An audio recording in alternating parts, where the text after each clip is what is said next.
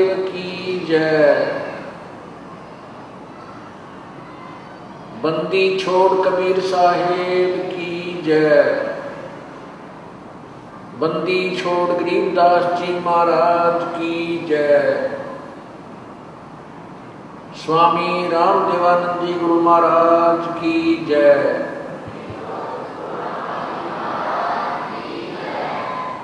सर्व संतों की जय। सर्व भक्तों की जय। धर्मी पुरुषों की जय। श्री काशी धाम की जय। श्री छुडानी धाम की जय। श्री क्रोथा धाम की जय। श्री बरवाला धाम की जय। सत साहिब ग्रीव नमो नमो सतपुरुष को नमस्कार गुरु की नहीं सुर नर मुनि जन साधु संतों सर्वस दीनहि सतगुरु साहिब संत सब डंडो तुम प्रणाम। आगे पीछे मत हुए तिनको जा कुर्बान।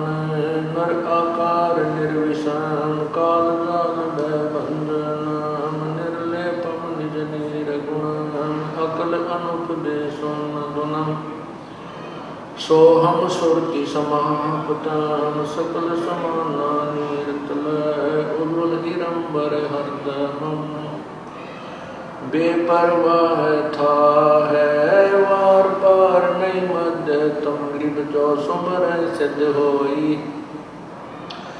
गणनायक गलता ना करो अनुग्रह सोई। पारस पद परवाना आदि गणेश मनाऊं। गणनायक देवन देवा चरण कमल लाऊं। आज अंत करु सेवा ब्रह्म शक्ति संगीत ऋषि सिद्धिदाता सोई। अविगत गुण अतीत सत्य पुरुष निर्मोही। जगदम्बा जगदीशम मंगल रूप मुरारी। तन्मन अर्पो शीशम भक्ति मुक्ति भंडारी। सुर नर मुनि जन ध्यान ब्रह्मा विष्णु महेशा शेष सहस मुख गावे। पूजय आदि गणेशा इंद्र कुबेर शरीखा। वरुण धर्म राय जावे समर्थ जीवन जी का। मन इच्छा फल पावे 33 कोटि अतारा। धाम से 88 उतर बहुजल पारा। कट है युग की फांसी 33 कोटि अधारा। धाम से 88 उतर बहुजल पारा। कट है युग की फांसी।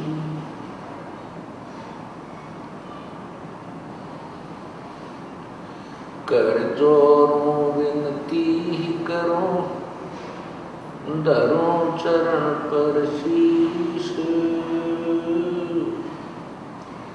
गुरु राम देवानंद जी महाराज ने दिया ज्ञान बख्शीश।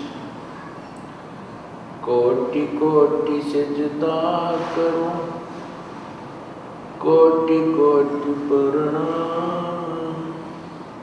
चरण कमल में आखियों में बंदी जान गुलाम। अब गुण किए तो बहुत किए करत न मानी आर। भावे बंदा बख्श दियो भावे गर्दन मारी। अब गुण किए तो बहुत किए करत न मानी आर। भावे बंदा बख्श दियो भावे गर्दन उतार। अवगुण मेरे बाप जी, बख्शो गरीब निवाज। जो मैं पूत कपूत हूँ, मोर पिता कौन।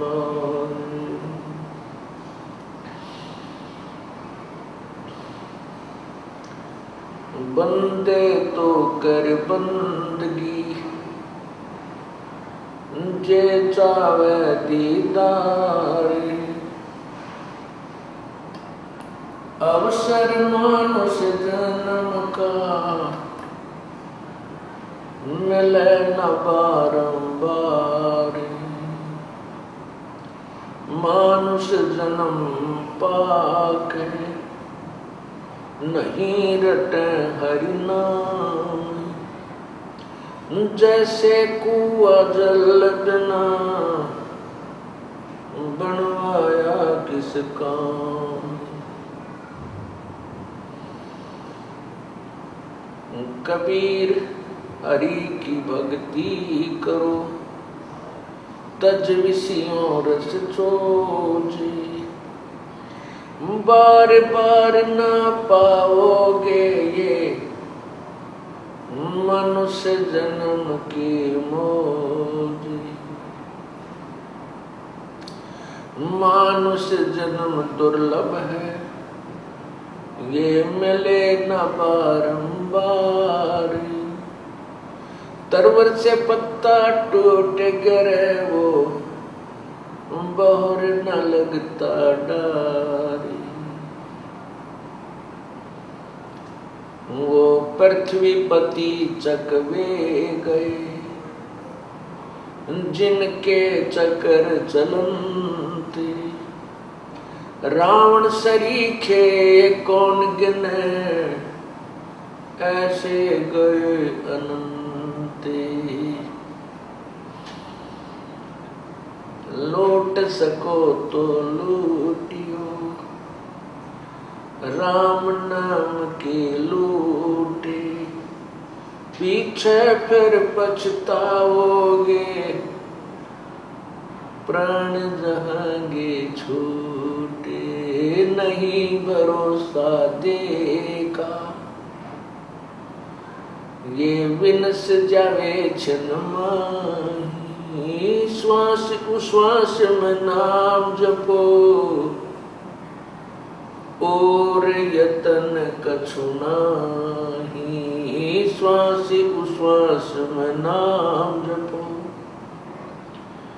व्यर्था श्वास मत खो। न जाने इस श्वास को, आवण हो क न हो।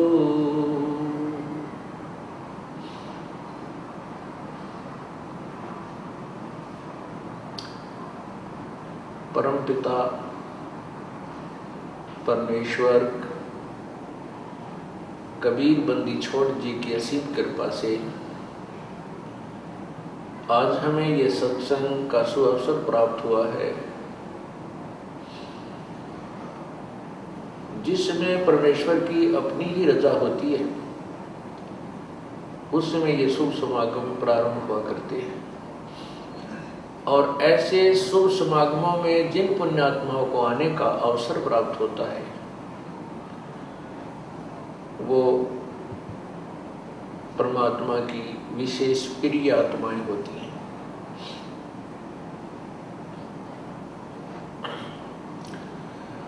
आज ये सत्संग का प्रोग्राम, आज ये सत्संग समागम किस उपलक्ष्य में हो रहा है, सबसे पहले ये बताना आवश्यक है। ये शुभ समागम उस शुभ पर हो रहा है जो शुभ दिन हमें प्राप्त हुआ, जिस दिन पूर्ण परमात्मा अपने सत्यलोक से चलकर इस काल के लोक में आए थे और उन्होंने आकर के इस काल के द्वारा उलझाए हुए तत्व ज्ञान को स्वयं ही प्रकट किया था।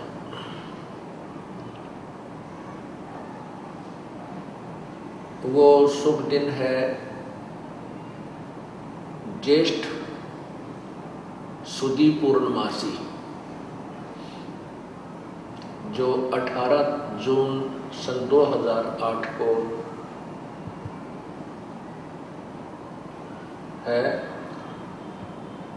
उसी के उपलक्ष्य में ये 5 दिवसीय शुभ समागम उस परम पिता के असीम कृपा से आज प्रारंभ हो रहा है। आज ये 14 जून सन 2008 का शुभ दिन है। आज परमात्मा की अमृतवाणी का प्रकाश हुआ और प्रभु की महिमा का गुणगान किया जाएगा।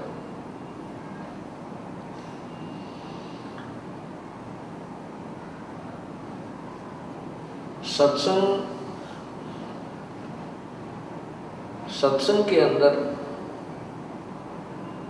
वो रहस्य बताए जाते हैं जो जीव को कभी जीवन में सुनने को नहीं मिले होते, क्योंकि तत्व ज्ञान के अतिरिक्त जो भी हम ज्ञान, चाहे वह दात्मिक है या कोई व्यवसायिक है, उसको सुनते रहे। उस ज्ञान को सुनकर हम उस रंग में इतने रंगे कि हमने उस अपने दैनिक क्रिया और जैसे भी हम साधना छोटी जैसे भी हमें पता था वो करते थे, उसके अतिरिक्त कोई ज्ञान नहीं था। सत्संग में आने से परमात्मा की उस महिमा का ज्ञान होता है जो अति आवश्यक होती है, और साथ में जीव को अपने कर्मों का जो कर्म वो कर रहा है अपने जीवन में, उनका भी ज्ञान होता है, ये कितने शुभ हैं और कितने अशुभ हैं।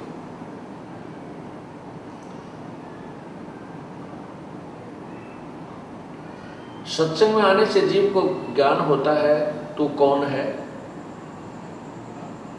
और कहां से तू आया था और कितने दिन का तू मेहमान है।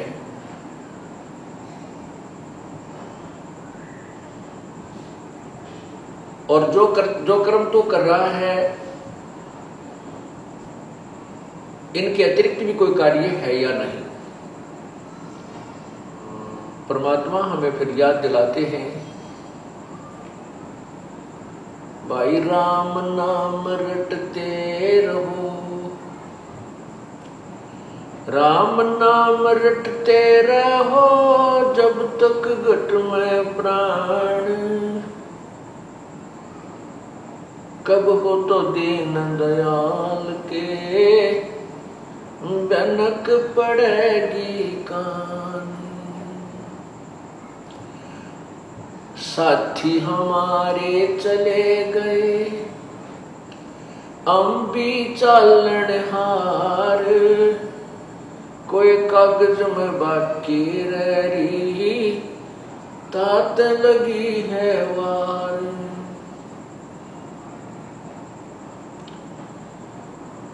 कबीर पतझड़ आवत देख कर बन रोवे मन माही, जो ऊंची टहनी पात थे अब पीले हो जान।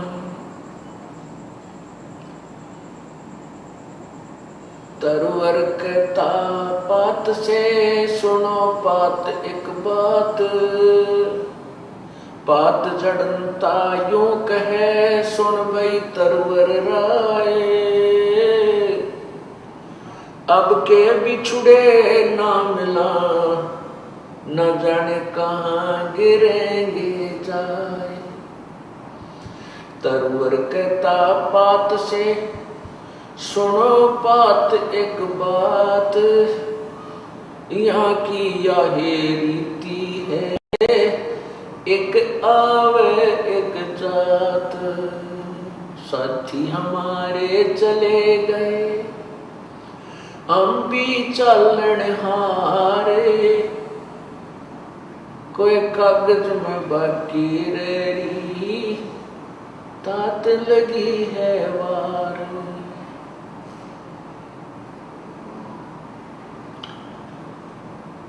परमपिता परमात्मा पूर्ण ब्रह्म सारी सृष्टि के रचनहार कबीर परमेश्वर जी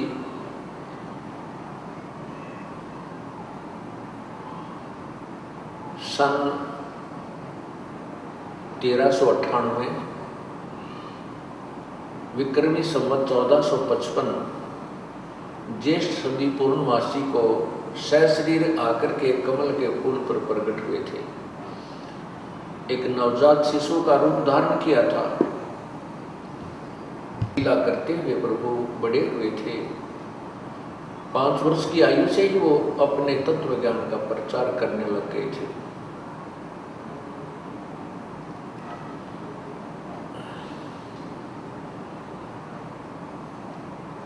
सबसे पहले सत्संग में इस जीवात्मा को ये याद दिलाया जाता है कि तू यहाँ का रहने वाला नहीं है। जिस संतान व संपत्ति को तू अपना मानता है ये तेरी नहीं है।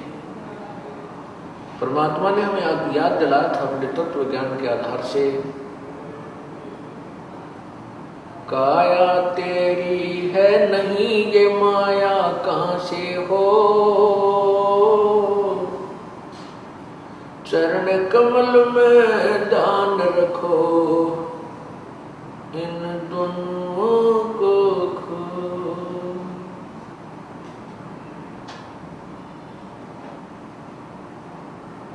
कबीरा वो दिन याद करो,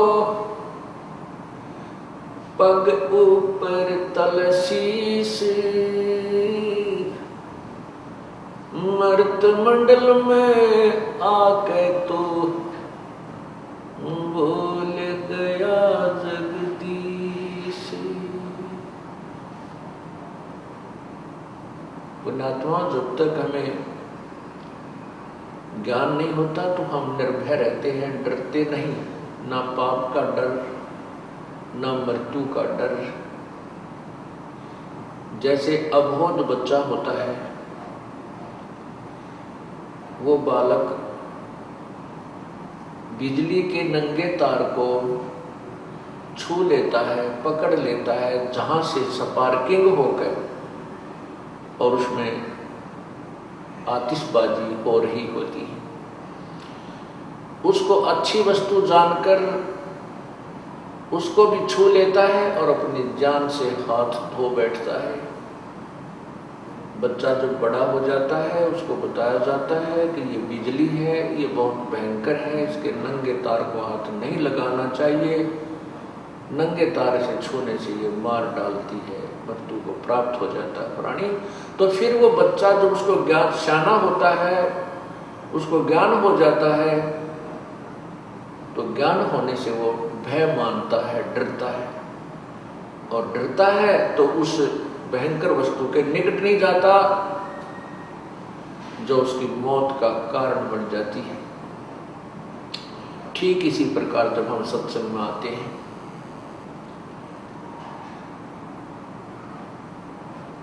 और फिर हम उन दुखों से बच जाएंगे, हम 84 लाख योनियों के प्राणियों के शरीरों में जाने से बच जाएंगे। हम बहुत से दुख से बच जाएंगे क्योंकि हमें डर बनेगा, और डर ज्ञान से बनता है।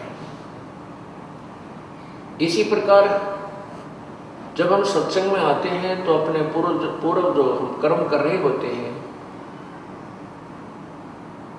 वो हमें ही फिर डराने लग जाते हैं कि ये तो बहुत पाप कर दिया, मैंने तो बहुत जुल्म किया है। उसका प्रायश्चित और साथ में उससे बचने का जो तरीका, समाधान वो तुरंत करने की चेष्टा करता है। ये ज्ञान आपको फिर सत्संग से ही होता है। सत्संग के अंदर बताया जाता है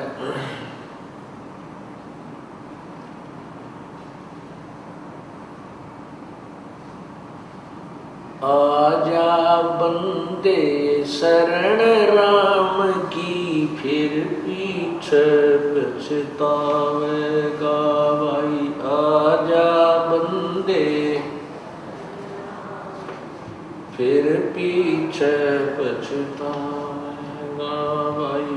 आजा बंदे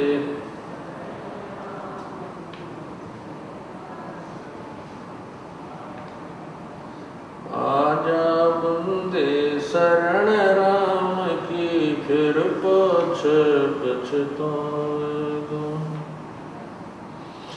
बालू की बीत पवन का खंबा, कब लग खैर मनावेगा। बालू की बीत पवन का खंबा, कब लग खैर मनावेगा। काल बली तेरे सिर पे बैठा, भुजा पकड़ ले जावे। काल बली तेरे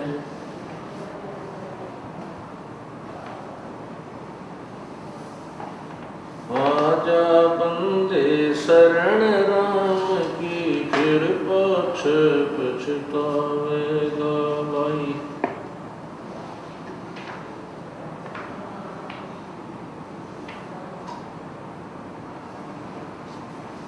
आजा बंदे शरण राम की,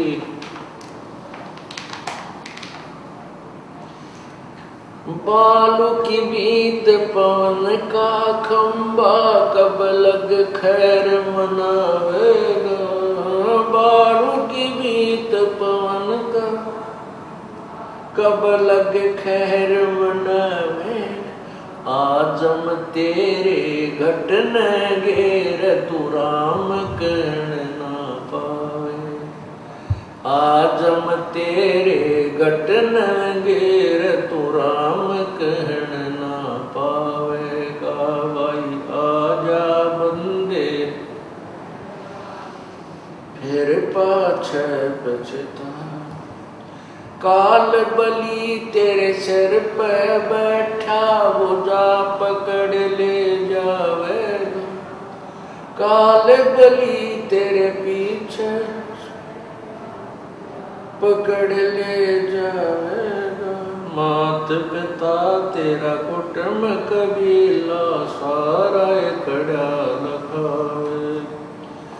मात पिता तेरा कुटुंब कबीला, सारा खड़ा लखावेगा भाई। आजा बंदे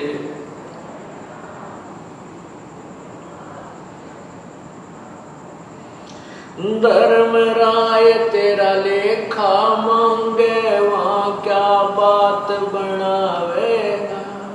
धर्म राय तेरा लेखा लेगा, वहाँ क्या बनावेगा। लाल खंभ से बांधा था, बिन सतगुरु कौन छुटावेगा भाई। लाल खंभ से बांधा था, बिन सतगुरु कौन छुटावेगा भाई। आजा बंदे शरण राम की, फिर पाछे पछतावेगा भाई।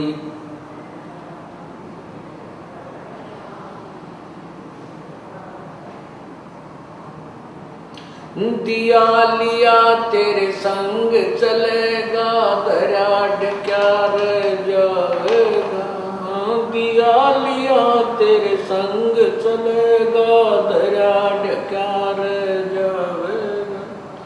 कहे कबीर सुनो भाई साधो, करनी के फल पावेगा। हाँ कहे कबीर सुनो भाई साधो, करनी के फल पावेगा भाई। आजा बंदे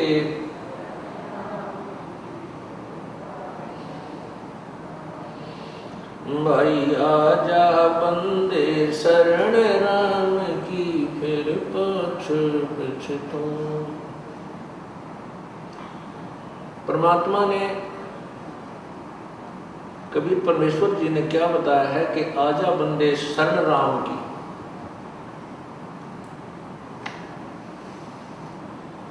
फिर पीछे पछतावेगा। परमात्मा जब इस काल के लोक में, इस मृत लोक में आते हैं, वे स्वयं ही संत की भूमिका करते हैं, स्वयं ही एक भक्त की वास्तविक भूमिका करते हैं। अपने ही डबल रोल ट्रिपल रोल बनाकर परमात्मा हमें शिक्षा देते हैं। स्वयं ही कह रहे हैं कि आजा बंदे शरण राम की, परमात्मा की भक्ति में लग जा तू, नहीं तो फिर पीछे पछताएगा।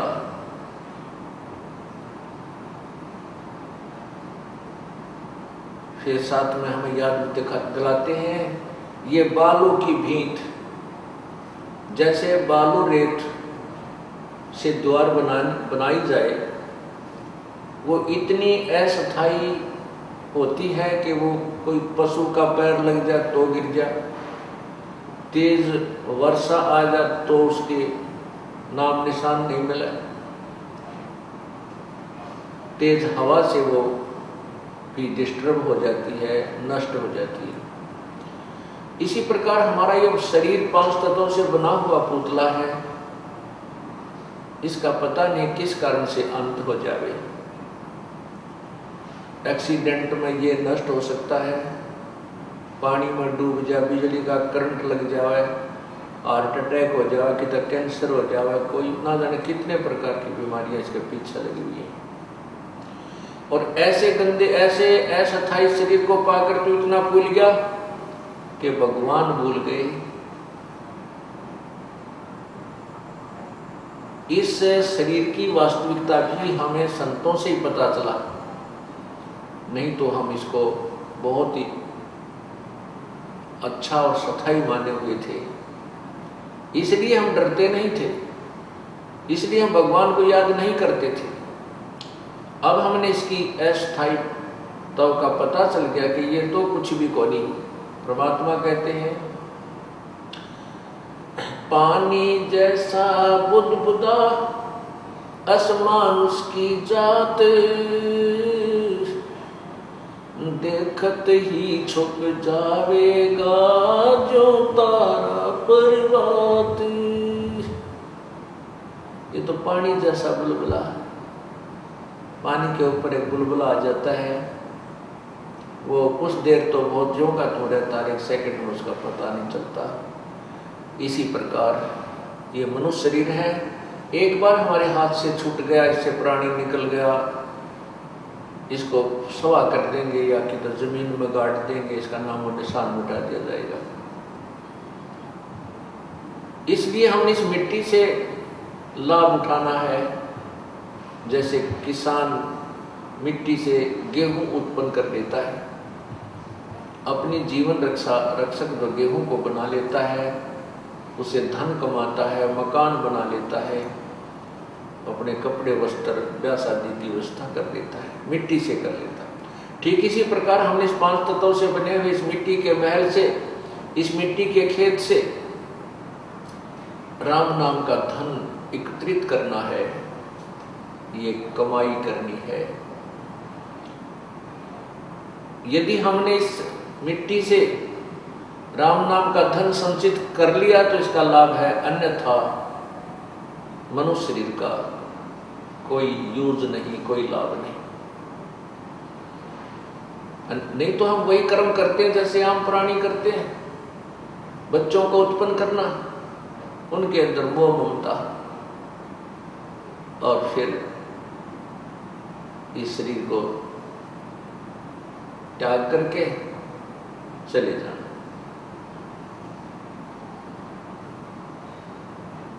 इसलिए परमात्मा हमें याद दिला रहे हैं,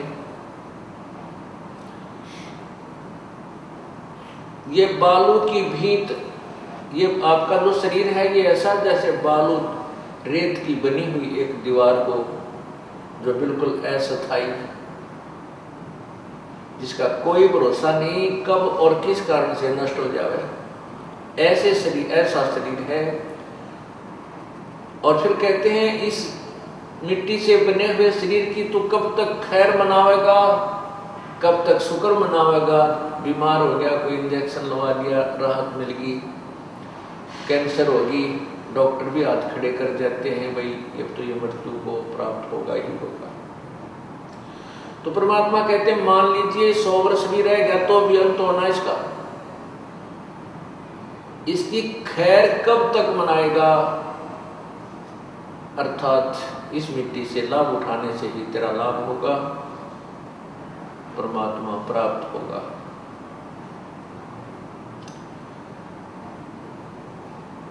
जो व्यक्ति भगवान नहीं बचते, परमात्मा को याद नहीं करते, जब तक उनके पूर्व जन्म के संस्कार होते हैं, पुण्य जब तक चलते हैं, तब तक तो वो सुखी नजर आता है, शरीर भी स्वस्थ है, घर में भी सुख है, कार कोठी भी है, फैक्ट्रियां भी खूब धड़ाके से चल रही हैं। और जिस समय पाप कर्मों का प्रभाव शुरू होता है, पुण्य समाप्त हो जाते हैं, फिर फैक्ट्रियां बंद होने लग जाती हैं, मजदूर हड़ताल कर लेते हैं, शरीर में रोग बढ़ जाते हैं और अंत में वो प्राणी अपने पुण्यों को बर्बाद करके और चला जाता है, पाप कर्मों के भोग भोग कर शरीर छोड़ जाता है। सत्संग में याद दिला जाता है कि जो प्राणी आज जैसे भी संस्कार है, कोई राष्ट्रपति बना है, कोई प्रधानमंत्री बना है, कोई मुख्यमंत्री बना है, या कोई अन्य अधिकारी है, या हमारे जैसा कोई गरीब कम है, कोई रिक्शा चला रहा है, कोई मजदूर है, किसान है, किसी को रोग लगा है, कोई स्वस्थ है, ये अपने ही पूर्व जन्म के प्रभावों के आधार से है। ये पूर्व जन्म में जब हम कभी मानुष जीवन में थे, उस समय हमने ये पुण्य और पाप किए थे, जिनका भोग आज हम भोग रहे हैं। और इस जन्म में यदि हम कोई शुभ नहीं करेंगे तो भविष्य में हमें प्राप्त नहीं होगा। जैसे किसान फसल तैयार करके और गेहूं को निकाल के अपने मकान में डाल देता है, गेहूं के ठेके भर लेता है, और यदि वो किसान अगले सीजन में फिर से फसल नहीं बोता है, तो जो पहले उस सीजन में गेहूं जोड़कर जो रखी हुई थी, एकत्रित की हुई थी, वो हो सकता है उसके 2 वर्ष भी काम निकाल दे खाने पीने का, हो सकता है वो 3 साल भी काम चला दे। फिर वो यदि फिर से वो किसान उसी प्रोसीजर को नहीं अपनाएगा, अर्थात फिर से खेती तैयार नहीं करेगा, बीज नहीं बोएगा, वो किसान कंगाल हो जाएगा, उसके बच्चे मजदूरी करेंगे, मांगता फिरेगा, भीख मांगेगा, निर्धन हो जाएगा। ठीक इसी प्रकार हम पूर्व जन्म में की हुई कमाई के ठेके पर रखे हैं, उनमें से हमें मनुष्य शरीर मिला है। इस मनुष्य शरीर में जो हमें प्राप्त है, आज हम उसको ठाठ से खा रहे हैं। कोई गुट्टी लगा रहा है, कोई सुल्फा पीवा है, कोई अफीम खा रहा है, कोई शराब पीवा है, कोई सिनेमा देखा है कि तो और बकवाद गढ़ते हैं, परमात्मा से नहीं डरते हैं, परमात्मा को याद नहीं करते हैं, और करते हैं तो एक फॉर्मलिटी ही करते हैं, शास्त्र अनुकूल साधना नहीं करते, तो उनका जीवन व्यर्थ हो रहा है। एक भक्त कह रहा था, उसने उपदेश नहीं लिया था, एक साधारण सी, एक कॉमन सी बात है, जैसे कोई व्यक्ति बीड़ी, शराब, मांस, तंबाकू प्रयोग नहीं कर रहा, और हमारे साथ बहुत से भक्तों के साथ वार्ता हुई, तो वो कहते हैं जी हम तो ना शराब पीता हूँ, ना मांस खाता हूँ, ना कोई और चोरी ठगी करता हूँ, अपना ईमानदारी से कार्य करते हैं और ठीक गुजारा चल रहा है। मुझे नाम लेने की कोई आवश्यकता नहीं, मैं तो वैसे ही नाम लिए बराबर हूँ। तो उसको फिर समझाया जाता है कि हे भोली आत्मा, जो अवगुण आप नहीं कर रहे ये तो मनुष्य जीवन का प्रथम कर्तव्य है, और जो ये पाप भी, ये बुराइयां भी कर रहे हैं वो तो और ज्यादा पाप के भागी बन रहे हैं। आप केवल उन पापों से बचे हुए हैं जो अन्य व्यक्ति वो शराब, मांस, तम्बाकू, चोरी, ठगी करके जो पाप कमा रहे हैं। लेकिन जीवन आपका भी इनकम्प्लीट है, मनुष्य जीवन का कर्तव्य आपका पूर्ण नहीं है। जैसे 1 एकड़ जमीन में घास फूस, झाड़, बोझड़े, कांटेदार झाड़ियां खड़ी है, और उसके साथ वाले एकड़ में, साथ वाले किले में, खेत में किसान ने खूब अच्छी तरह संभाल रखा है, उसमें कोई झाड़ नहीं, कोई कांटेदार झाड़ी नहीं, वो बिल्कुल बोने योग्य करके छोड़ दिया, और बीज उसमें बीजा नहीं, तो क्या लाभ हुआ? जैसा वो झाड़ जंखाड़, कांटेदार झाड़ियां जिसमें कबाड़ उगा पड़ा है, उस खेत में और बाहे समारे खेत में कोई अंतर नहीं है, यदि उस बाहे समारे खेत में बीज नहीं बीजा जाता। ठीक इसी प्रकार जो पुण्यात्मा बुराई नहीं करते वो तो समरा समराया खेत है, वो तो वैसे ही पुण्यात्मा है, राम नाम लेते ही उसकी तो बहुत अच्छी श्रद्धा बन जाएगी। और जो बुराइयां करता है उसको साफ किया जाता है। जिस प्रकार किसान कितना ही खराब खेत हो उसको कस्सी से, हल से, ट्रैक्टर से उसको कवाड़ियां दे काट पीट के उसके सारे घास उस अड़ंगे ने, कुबाड़ ने, खरपतवार ने काट के और निर्मल कर लेता है, साफ कर लेता है, फिर बाव और फिर बीज देता है। जो पुण्यात्मा बुराई नहीं करते वो तो और अच्छी आत्माएं हैं, और जो बुराई करते हैं और सत्संग में आ जाते हैं, फिर सत्संग वचन सुनकर वो भी साफ हो जाते हैं, दोनों बराबर हो गए। रही बात उन पापों की जो पाप उसने कर लिए, जो बुराई करता था, चोरी करता था, ठगी करता था, बीड़ी शराब मांस तम्बाकू पी कर पाप इकट्ठे करता था, और दूसरे ने पाप किए नहीं। अब जिसने पाप किए उसका समाधान है परमात्मा के मंत्र में शक्ति है। जब ही नाम हृदय धरो बड़ो पाप को नाश, मानो चिनकी अग्नि की भाई पड़े पुराने घास।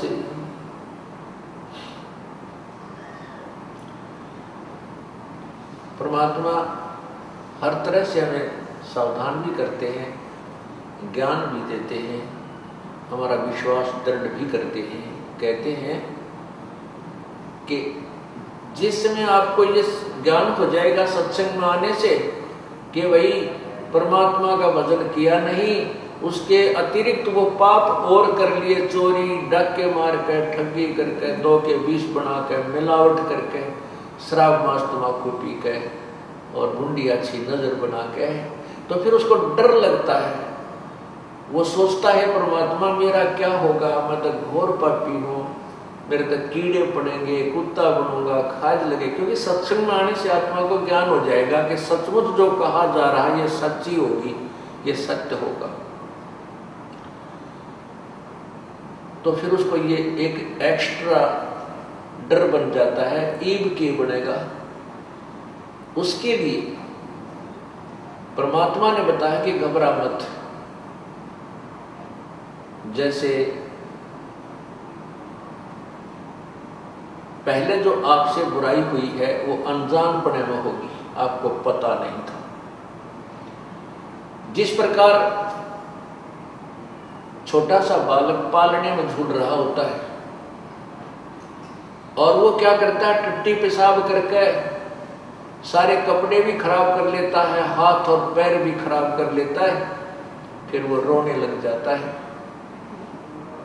माता जब आती है, उस बच्चे को देखती है, उसकी सारी परिस्थिति से परिचित होकर के वो तुरंत उस बच्चे को उठाती है, स्वच्छ जल से उसको धोती है, उसके कपड़े धोती है, स्वच्छ कपड़े बनाकर दूध पिलाती है, प्यार करती है, सीने से लगा लेती है, क्योंकि माँ को पता था कि बच्चा बालक है, अनजान है, इसको पता नहीं।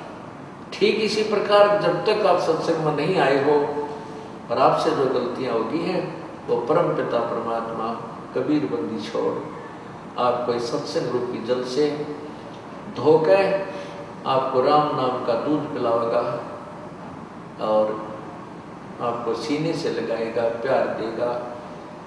आपके अर्थात आपके जो पूर्व सत्संग में आने से पहले जो किए गए पाप आपके सारे नष्ट कर देगा, आपको साफ करके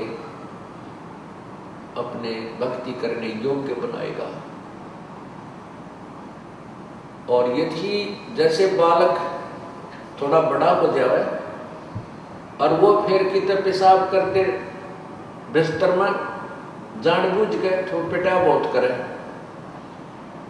उसकी पिटाई होती है फिर, क्योंकि वो बकवाद कर रहा है, अब अनजान नहीं है। ठीक इसी प्रकार जब आप सियाने हो जाओगे सत्संग सुनकर और नाम उपदेश लेकर के फिर गलतियां करोगे, फिर तो उस बच्चे की तरह पिटोगे जो जानबूझ कर बकवाद कर रहा है।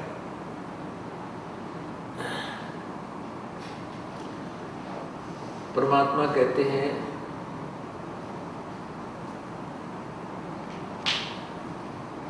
कि जब आप परमात्मा की शरण में आ जाते हो तो परमात्मा ने अपना एक, या तो स्वयं आते हैं या अपना कोई और संत अपनी निजी आत्मा को यहाँ भेजते हैं अपने बच्चों को संभालने के लिए। जैसे इस दास की ड्यूटी लगा रखी है,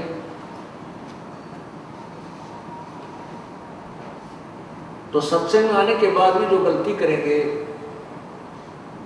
उनको फिर परमात्मा बार बार समझाते हैं कि फिर तुम करड़ी पिटाई होगी तुम्हारी।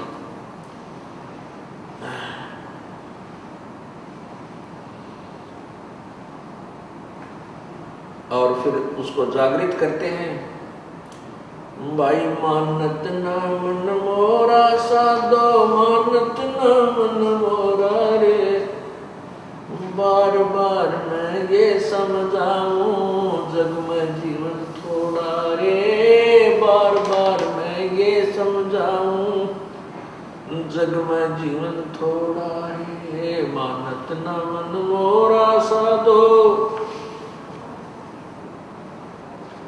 बार बार मैं ये समझाऊं जग में जीवन थोड़ा रे, बार बार मैं ये समझाऊं जग में जीवन थोड़ा रे। इस काया का गर्व न करियो के काला के गोरा रे, इस काया का गर्व न करियो के काला के गोरा रे, बिना भजन कछु काम न आव चाहे, एतर छड़को चारों ओरा रे, बिना भजन कछु काम न आव चाहे, अतर छड़को चारों ओरा रे, मानत ना मन मोरा साधो, बार बार मैं ये समझाऊं जग में जीवन थोड़ा रे, बार बार मैं ये समझाऊं जग में जीवन थोड़ा रे। इस माया का गर्व न करियो के हाथी क्या घोड़ा रे, इस माया का गर्व न करियो क्या हाथी क्या घोड़ा रे, जोड़ जोड़ धन बहुत बटोरा लाखों और करोड़ा रे, जोड़ जोड़ धन बहुत बटोरा लाखों और करोड़ा रे, मानत ना मन मोरा साधो, बार बार मैं ये समझाऊं जग में जीवन थोड़ा रे, बार बार जग में जीवन थोड़ा रे। दुविधा दुर्मति चतुराई में जन्म गया नर तोरा रे। दुविधा दुर्मति चतुराई में जन्म गया नर तोरा रे। अब भी आने मिलो सत्संग में करो गुरु ज्ञान पे गोरा रे। अब भी आने मिलो सत्संग में करो गुरु ज्ञान पे गोरा रे। मानत न मन मोरा साधो बार बार मैं ये समझाऊं जग में जीवन थोड़ा रे। बार बार मैं ये समझाऊं भाई शरण पड़े ने गुरु संभाले जान के बालक भोला रे। गुरु शरण पड़े को गुरु संभाले जान के बालक भोला रे। कह कबीर तुम चरण चित राखो जो सोई मडोरा रे। कह कबीर तुम चरण चित राखो जो सोई मडोरा रे। मानत न मन मोरा साधो बार बार मैं ये समझाऊं जग में जीवन थोड़ा रे। बार बार मैं ये समझाऊं जग में जीवन थोड़ा रे।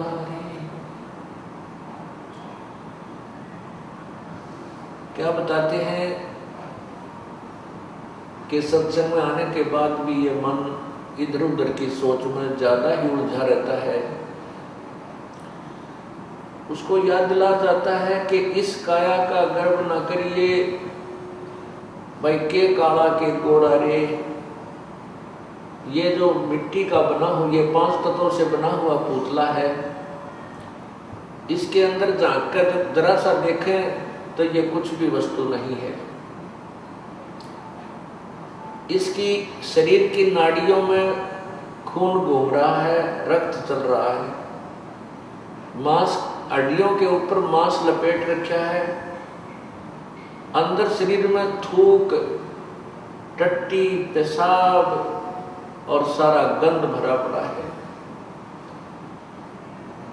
हमारे शरीर की क्या स्थिति है? जैसे आपने एक्सीडेंट के अंदर कोई कुत्ता मरा हुआ देखा हो रोड के ऊपर, उसकी आंत इतनी दूर तक बिखरी पड़ी होती है।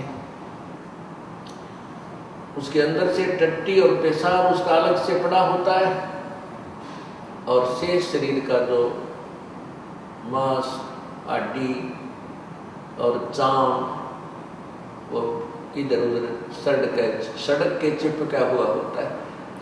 तो उससे अपने शरीर की तुलना कर लेना बिल्कुल अंतर नहीं है। तो इस भगवान ने इसके ऊपर सब ये कुछ अंदर भरकर और ऊपर ये पालिश कर रखी है। किसी का काली पालिश है, किसी का गोरी है, अंदर सेम मटेरियल है। तो यहाँ बताते हैं इस काया का गर्व न करियो के काला के गोरा रे। इस काया का गर्व न करियो के काला के गोरा रे। भाई बिना भजन कछु काम न आवे चाहे एत्र छिड़को चारों ओरा रे। बिना भजन कछु काम न आवे चाहे भजन कछु काम न आवे चाहे और इत्र छिड़को चारों ओरा रे। कि इस शरीर के ऊपर कितना तो बढ़िया पाउडर छिड़क लो, कितना सुगंधित वस्तु तेल इसका मालिश कर लो, कोई बात नहीं। भाई सफाई शरीर की आवश्यक होती है, नहाना है, साबुन ला लो, वो बात अच्छी है। लेकिन भगवान नहीं भजा, परमात्मा को याद नहीं किया तो इस मिट्टी का कोई लाभ नहीं, ये व्यर्थ है। फिर हम दूसरा गर्व करते हैं, घर में कार हो जाए, कोठी हो जाए। पहले घोड़े, आज तक तो कार, पहले घोड़ा जिसके घर में होता था एक रिच मैन माना जाता था, वो एक साहूकार व्यक्ति माना जाता था। जैसे आज जिसके घर में कार हो वो धनी व्यक्ति मान लिया जाता है। तो परमात्मा बताते हैं कि इस माया का गर्व ना करियो के हाथी के घोड़ा रे, और जोड़ जोड़ धन बहुत बिटोड़ा, लाखों और करोड़ा रे।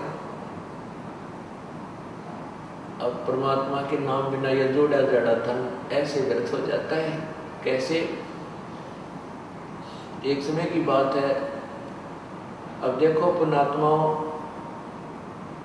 जो हमारे अनुयायी हैं, जब से इस दास को आज्ञा हुई है परमात्मा की महिमा गुणगान करने की, उसी समय से सत्संग सुनते हुए आ रहे हैं। और सत्संग में वही बातें होती हैं जो प्रभु की महिमा की प्रतिदिन गाई और सुनाई जाती है। उन्हीं को बार बार सुनाया जाता है, उन्हीं के विषय में आपको प्रेरित किया जाता है, सावधान किया जाता है और परिचित कराया जाता है प्रभु की महिमा से। तो आपको प्रति बार, जितनी बार भी आप सत्संग सुनते हो और परमात्मा की महिमा कथाओं के माध्यम से सुनाई जाती है, यदि आपको वो अच्छी लगती है तो आप बहुत ही अच्छी भक्ति कर रहे हो, आपके अंदर परमात्मा की चाह है। अन्यथा क्या हो जाता है, जैसे हम प्रतिदिन खाना खाते हैं, रोटी आटा वही होता है और रोटी वही होती है। यदि आप स्वस्थ हैं तो वही रोटी, उसमें दाल सब्जी का थोड़ा बहुत फेरबदल हो जाता है। अगर दाल सब्जी ना हो और स्वस्थ हैं, समय पर आपको खूब भूख लगेगी, और समय पर जब आपको भूख लगी होगी तो सूखी रोटी हो, अचार मिल जाए तो भी अच्छा, नहीं तो पानी के साथ खाकर भी स्वादिष्ट लगती है, पेट भर दिया जाता है। यदि वो व्यक्ति बीमार हो जाता है, बुखार हो जाता है, और मलेरिया बुखार जिसको हो जाता है, उसने रोटी अच्छी ना लगे, उसको वो रोटी अच्छी नहीं लगती, कड़वी लगती है, मनुखा दाग से संतरा भी उसको बहुत ही कड़वा लगता है। न तो वो सेब कड़वी है, ना मनुखा दाग कड़वी है, ना रोटी कड़वी है। कड़वी उस बुखार ने उस पुण्यात्मा, उस भक्त की के शरीर की अवस्था को खराब कर दिया, जिसके कारण उसको मीठी वस्तु भी कड़वी लग रही है। इसलिए तुलसी साहब कहते हैं, तुलसी पिछले पाप ते हरि चर्चा ना भावे, और जैसे जबर के वेग ते वही भूख विदा हो जाए। जब हमारे ऊपर पाप कर्मों का दबाव बढ़ जाता है, बुखार बन जाता है, तो हमारे को परमात्मा की महिमा रूपी मुनखा दाग कड़वी लगती है, अच्छी नहीं लगती, स्वादी नहीं, रुचि नहीं बनती, सुनने को आनाकानी करता है।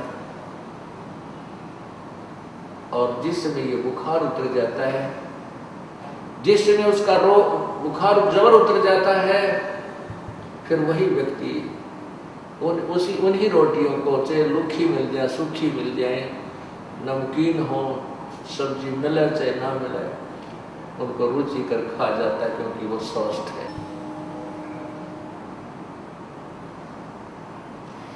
जिस प्रकार ज्वर उतरने के उपरांत स्वस्थ व्यक्ति सुबह शाम उन्हीं रोटियों को रुचि खाता है, उसके मन में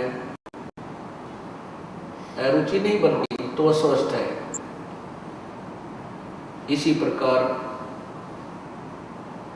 जिस समय आपके पाप कर्म सत्संग में आने से नरम हो जाएंगे, भजन सिमरन से कम हो जाएंगे, आपको परमात्मा की चर्चा इतनी स्वादिष्ट लगेगी कि आप बेसब्रे हो जाओगे। आपको चाहे 100 किलोमीटर पर जाकर भी सत्संग सुनना पड़े, 400 किलोमीटर भी जाना पड़ जाए, आपको ऐसी भूख लगेगी, आप पहुंच जाओगे, क्योंकि आपके वो पाप कर्म समाप्त हो चुके हैं, जो जिन्होंने आपके मन में, आपकी आत्मा में बुखार बना रखा था, जोर बना रखा था। अब आप स्वस्थ हो गए, आपकी आत्मा स्वस्थ हो गई है, अब इसको राम नाम की चर्चा की भूख लगती है। तो जैसी भी जो भी प्रतिदिन खाना हम खाते हैं प्रतिदिन अच्छा लगता है तो हम स्वस्थ हैं, और जिस दिन अरुचि होगी समझो बीमार हो रही है।